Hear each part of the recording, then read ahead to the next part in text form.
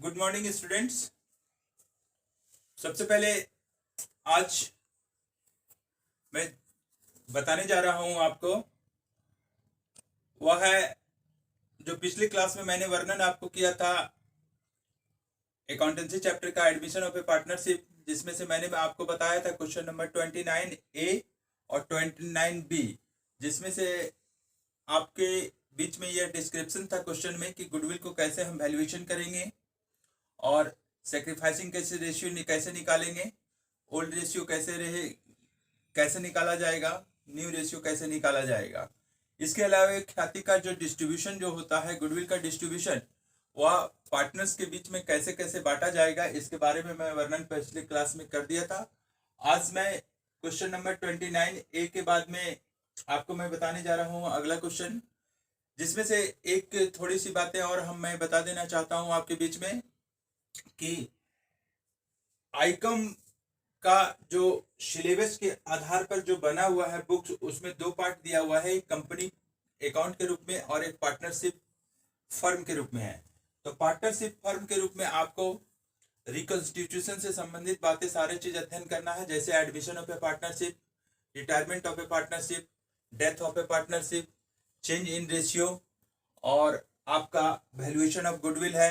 ये सब सारे चीजें पार्टनरशिप के चैप्टर के दायरे में है, जो अलग अलग पार्ट करके बना हुआ है।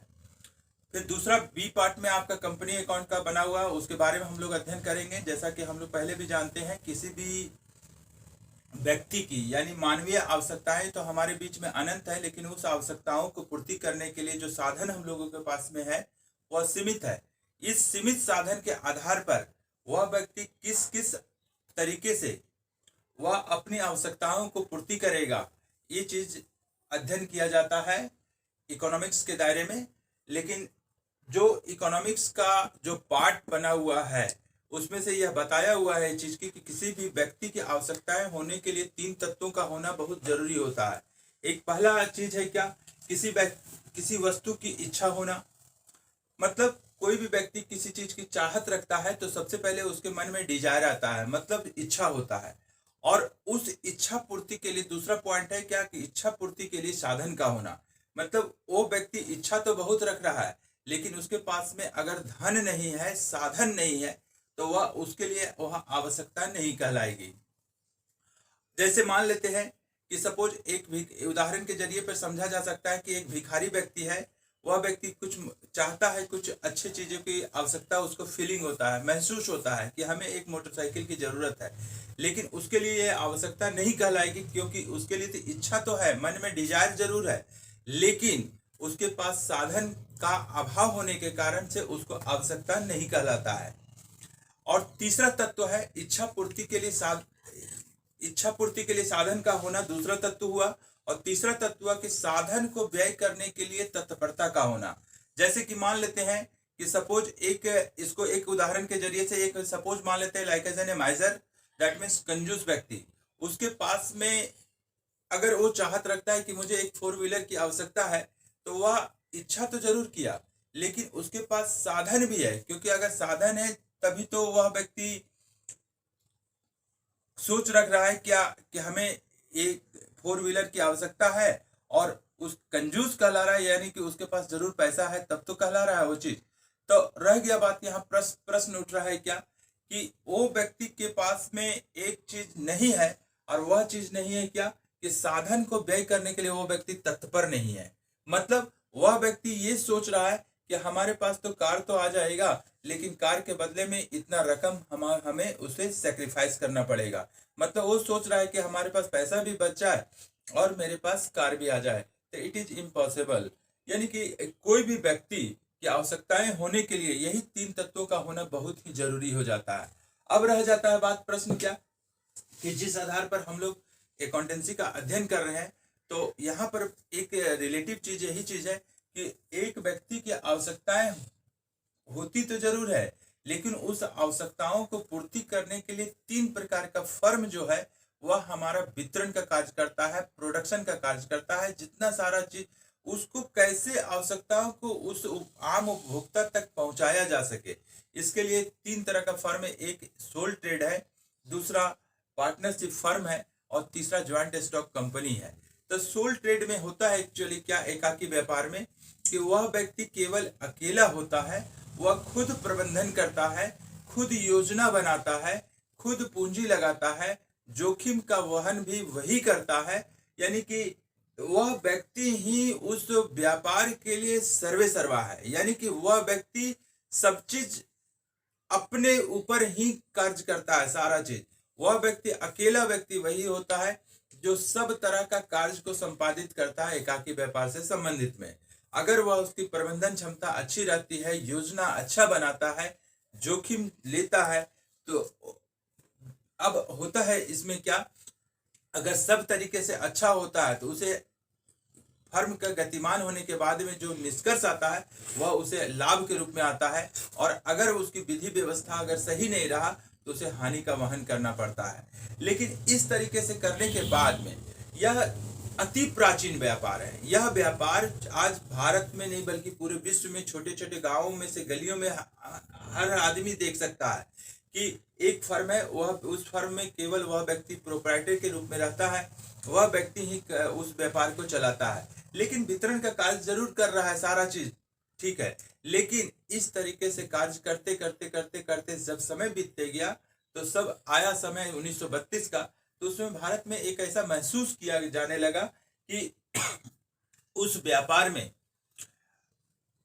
जोखिम की जो संभावना ज्यादा बनी हुई रहती है, इस जोखिम का बंटवारा किया जाए, जोखिम का वितरण किया जाए। इसके लिए कुछ लोगों को महसूस किया जाने लगा क्या, कि कुछ लोग साथ साथ में व्यापार करते तो अच्छा होता। पूंजी ज्यादा जरूरत होने लगी, क्योंकि मानव की आवश्यकताएं इतनी विकराल थी कि उस आवश्यकताओं को पूर्ति करने के लिए पूंजी की आवश्यकता पड़ी, प्रबंधन क्षमता का व्यापकता की जरूरत पड़ी। तो इसलिए उस समय महसूस किया गया क्या, कि चलो कुछ फर्म को एक व्यापक स्तर पर किया जाए, जिसके लिए उस समय एक अधिनियम पारित किया गया 1932 में, कि भारतीय साझेदारी अधिनियम 1932। इस अधिनियम में कहा गया क्या, कि एक एकाकी व्यापार में केवल अकेला व्यक्ति होता है, लेकिन साझेदारी फर्म का अगर जन्म होता है तो उस साझेदारी फर्म में कम से कम 2 सदस्यों का होना बिल्कुल जरूरी है, और अधिक से अधिक 20 सदस्यों का होना जरूरी है। मतलब अधिकतम सदस्यों की संख्या 20 हो सकती है। लेकिन उस साझेदारी संस्था में अगर बैंकिंग व्यापार करना उस व्यापार की प्रकृति है, तो उस साझेदारी संस्था में सदस्यों की अधिकतम संख्या 10 होनी चाहिए। ये आपको मैंने बहुत पहले पिछले क्लास में भी इस तरह की बातें के डिस्कशन किए हुए हैं। लेकिन यहाँ सवाल उत्पन्न होता है कि जो बात बताने जा रहे हैं कि साझेदारी संस्था में अधिकतम सदस्यों की संख्या 20 और बैंकिंग व्यापार की स्थिति में 10 होती है, तो यहाँ पर मानवीय आवश्यकताओं को पूर्ति करने के लिए ये एकाकी व्यापार और साझेदारी व्यापार, ये दोनों प्रकार का व्यापार गतिमान था। मतलब यह भारतीय अर्थव्यवस्था में संचालित था। लेकिन समय बीतते गया, लेकिन मानव की आवश्यकताएं इतनी विकराल होने के कारण ये दोनों व्यापार ये छोटा साबित होने लगा। तो इस तरीके का व्यापार में यह छोटा साबित होना, यह महसूस किया गया क्या, कि जो पूंजी लगाया जाता है एकाकी व्यापार में केवल एक व्यक्ति के द्वारा और साझेदारी व्यक्तियों में सारे सदस्यों के द्वारा, ये इतनी सारे पूंजी लगने के बावजूद भी मानवीय आवश्यकताओं को अच्छी तरीके से पूर्ति नहीं हो पा रहा था। तो 1956 का जब समय आया तो उसमें भारत में एक अधिनियम पारित किया गया, भारतीय कंपनी अधिनियम 1956। इस अधिनियम में यह वर्णन किया गया कि इस तरह का व्यापार में पूंजी का जो आधार लगाना है, पूंजी जो लगाना है, वह हमारा शेयर के रूप में लगेगा, अंश के रूप में लगेगा, जो हमारी भारतीय अर्थव्यवस्था से ही यह संग्रहित किया जाएगा। तो इसमें से होता है क्या, इसके बारे में मैं बहुत सारे वर्णन करूंगा बाद में, लेकिन छोटी सी बात बता देता हूं कि अंश क्या है, कि कंपनी की पूंजी का वह छोटा से छोटा भाग जो छोटे छोटे अंशों में विभक्त रहता है, वही हमारा अंश कहलाता है। तो इसके बारे में मैं चर्चा करूंगा।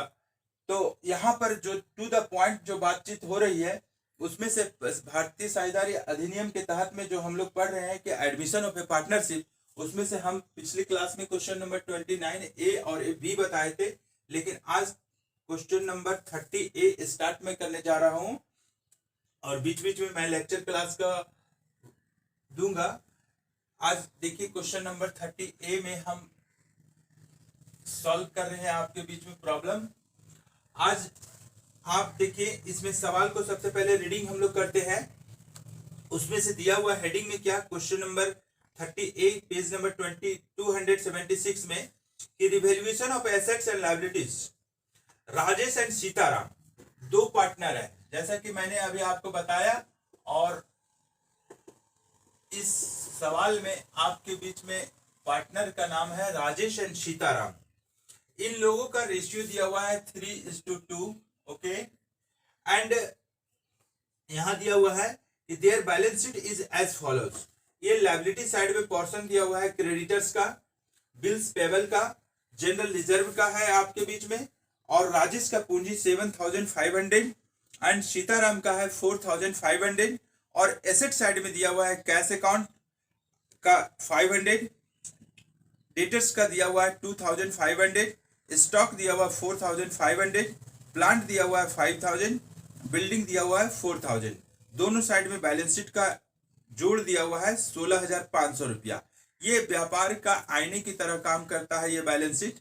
अब उसके बाद में क्या सवाल का डिस्क्रिप्शन है से देखते हैं हम लोग कि the value of building is to be increase by 1,500 ये इंक्रीज कर गया है बिल्डिंग में। Plan to be increase by 1,000, reserve for doubtful debts is to be reduced up to 200, the stock is to be valued 4,200, Mohan will bring cash for goodwill 3,000 and will bring 5,000 as capital for getting 1/5 share in the profit. Prepare revaluation account. अब इसमें से देखते हैं हम लोग क्या कि ये आपका ओल्ड रेशियो के रूप में 3:2 दिया हुआ है, और इसको किस व्यक्ति को ज्वाइनिंग किया जाता है, इसमें मोहन को, और इस व्यक्ति को दिया गया कितना 1/5, 1/5। Clear.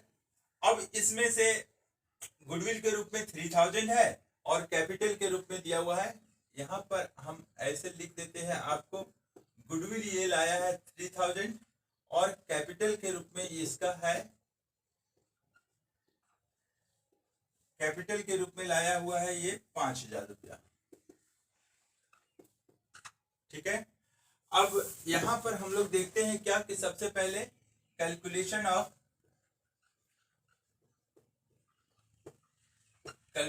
Of new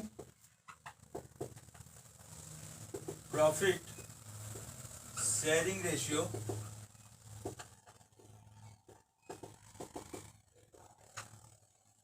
late total profit equal to 1 and Mohan share 1/5। तो यहां पर अब आ जाइए आप, रिमेनिंग शेयर, ये आप लोगों को स्मरण हो गया होगा ये सारी बातें। 1 - 1/5 इसको लेस करेंगे तो 4/5। ये आपका इसमें राजेश और सीताराम ये दोनों का पार्टनर का दिया हुआ है।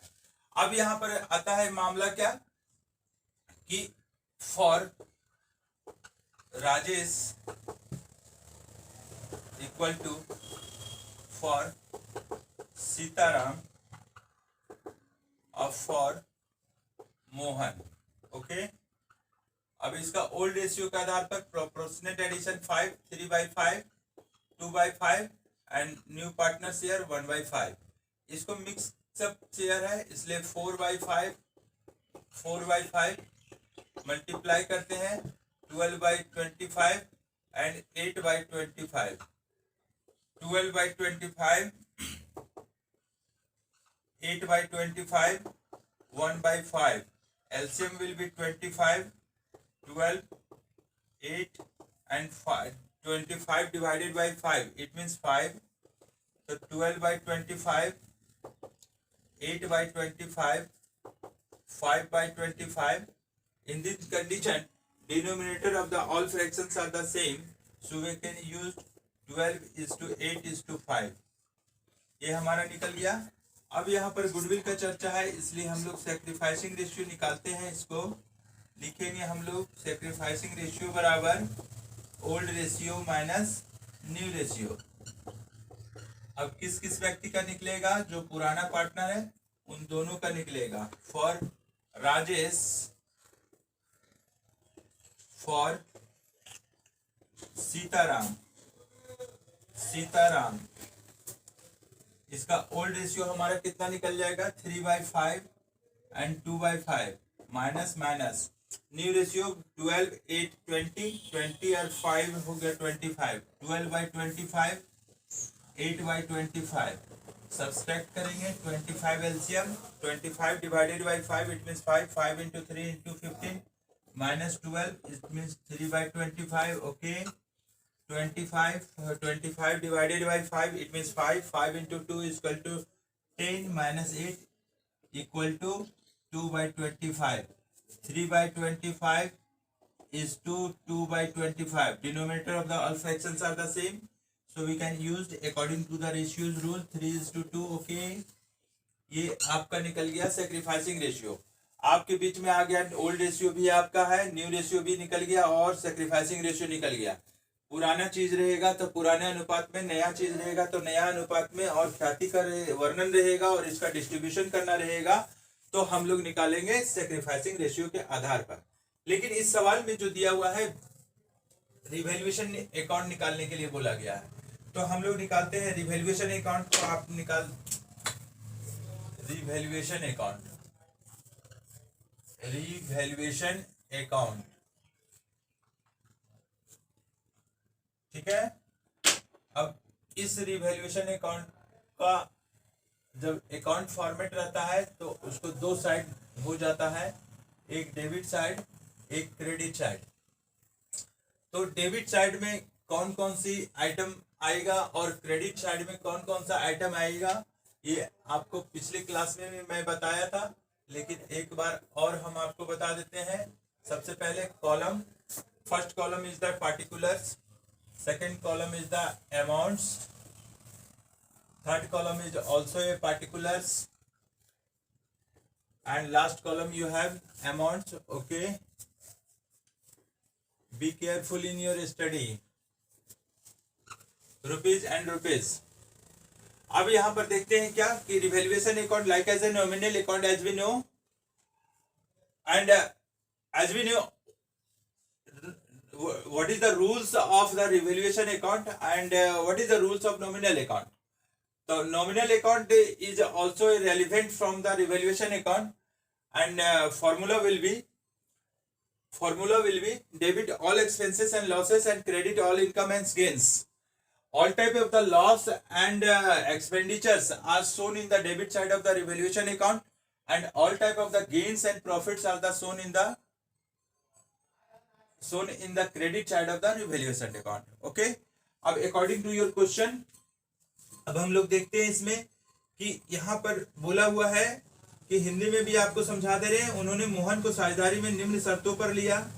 भवन का मूल्यांकन 1500 रुपया से बढ़ाया जाना है, और भवन हमारा कितना दिया हुआ है? 4000 रुपया। तो जब हमारा 4000 रुपया पहले का मूल्यांकन किया हुआ है बिल्डिंग का, और आज का तारीख में इस चीज को वैल्यूएशन बढ़ करके 5400 हो गया, 400 नहीं सॉरी 5500, तो 1500 रुपया हमारे बीच में ये लाभ हुआ। और लाभ को हम लोग किस साइड में दिखाते हैं? क्रेडिट साइड में। दूसरा आइटम में दिया हुआ है आपको क्या कि 1000 plant is to be also increase by 1000, तो इसमें भी वैल्यूएशन इंक्रीज किया हुआ है, इसलिए इसका भी जो है सो 1000 जो है तो आपका लाभ हुआ। क्योंकि प्लांट पहले से मेरा 5000 था, आज 1000 से हमको बढ़ा देना है, इसका मतलब हुआ कि आज का वैल्यूएशन होकर के 6000 हो गया। तो 6000 माइनस 5000 इट मीन्स 1000 जो है हमारा प्रॉफिट हो गया। It means this item is also shown in the credit side of the revaluation account. अब आगे देखते हैं कि रहतिया का मूल्यांकन 4200 पर किया गया। रहतिया यानी कि स्टॉक का वैल्यूएशन जो हुआ है तो 4200 पर किया गया। और हमारा यहाँ पर स्टॉक जो दिया हुआ है 4500 दिया हुआ है पहले से, तो इसका मतलब रिड्यूस वैल्यू हुआ, तो इसको हम लोग लॉस नेचर में है, इस वजह से स्टॉक को हम लोग डेबिट साइड में दिखाएंगे। क्यों? इसलिए कि नॉमिनल अकाउंट का सूत्र होता है debit all expenses and losses, और ये 4500 रुपया में ये 4200 रुपया हम घटा दिए, तो हमारा कितना रकम आया? 300 रुपया। ओके, नेक्स्ट स्टेप में हम आते हैं कि reserve for doubtful debt is to be reduced up to 200।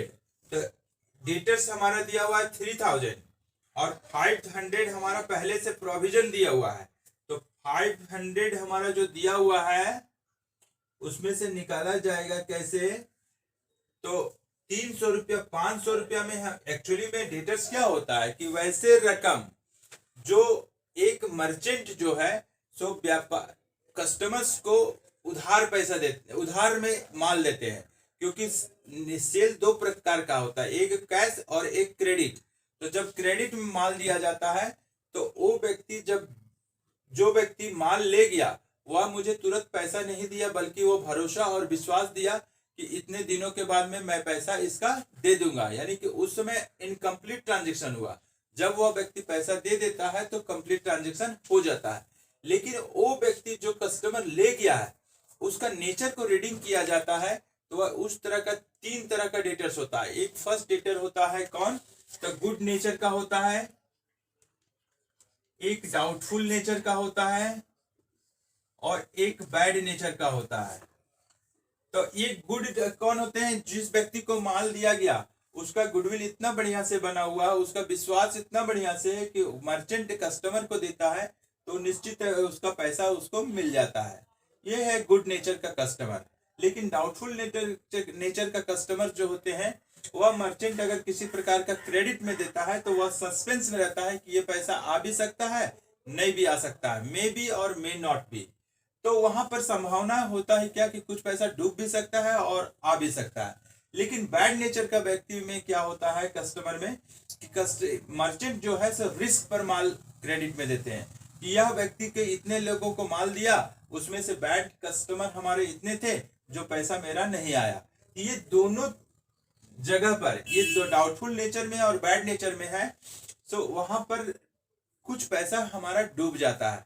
तो जो डूब जाता है इसके से बचने के लिए एक कुशल व्यापारी क्या करते हैं कि उसके पहले में रिजर्व करते हैं, तो वही है रिजर्व फॉर डाउटफुल डेब्ट्स।